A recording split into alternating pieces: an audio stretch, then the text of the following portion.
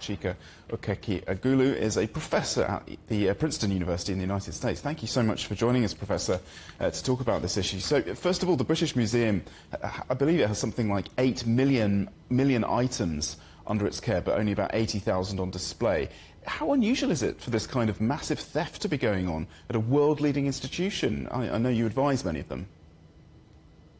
Well, we don't actually know if this is unique, if this is something that has not been going on in other museums around the world. We only just know that one of the most eminent institutions, museums in the world, has had this problem that has been ongoing for several years. So it might as well be that other museums have similar problems and have been either hiding them or just not aware of how bad things might be with their institutions. And we've heard today from the chairman of the museum, George Osborne, the former finance minister here, and he said that it has really dented the reputation of the museum, this scandal. And it's also reinvigorated, hasn't it, calls from communities around the world for the British Museum to return items of historical significance. It has so many of them. So, for example, Nigeria demanding again the return of the Benin bronzes, Greece again for the so-called Elgin marbles.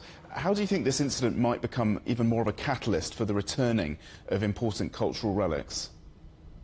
Well, we've had two different responses to this. The UK MP, who is a partisan of the British Museum, basically said that calls for the return of these objects by Greece and Nigeria since the loss of objects from the museum are simply opportunistic, and he even called them nonsense.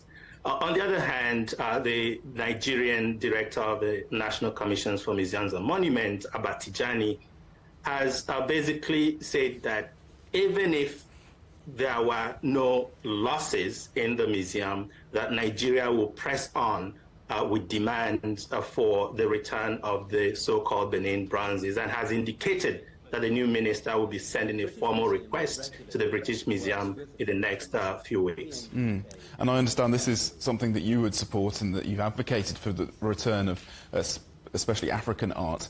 What kind of ideal framework could be put in place for the repatriation of these artefacts? There are two things that we have to keep an eye to. One is restitution, the other is repatriation. I think the more fundamental process first is restitution. And part of that is transfer of ownership of these objects if the institutions that are detaining them will eventually come to that point, to transfer ownership to their original holders, stakeholders, and then go through perhaps a more longer-term process of repatriation. That would have to be mutually agreed upon. But I think the transfer of ownership is very crucial. And that's what I think would be the ideal situation, because in fact, some of the claimants, they may want their objects back. They may want to claim and have ownership of the objects returned to them.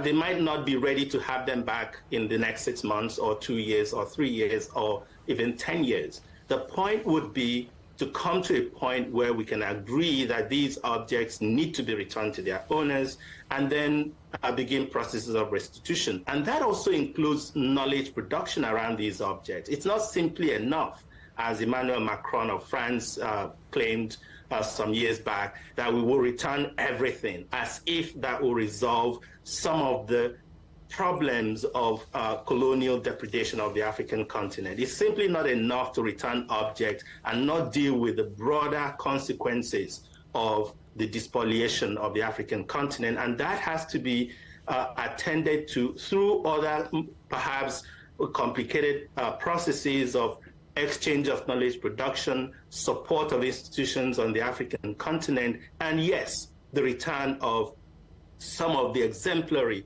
objects that Africa and Africans have been asking for their return for the past several decades. Well, Professor, we'll have to leave it there. It's so good to get your thoughts on this. Many thanks indeed. That's Professor Chika Okeke-Agulu from Princeton University. Many thanks.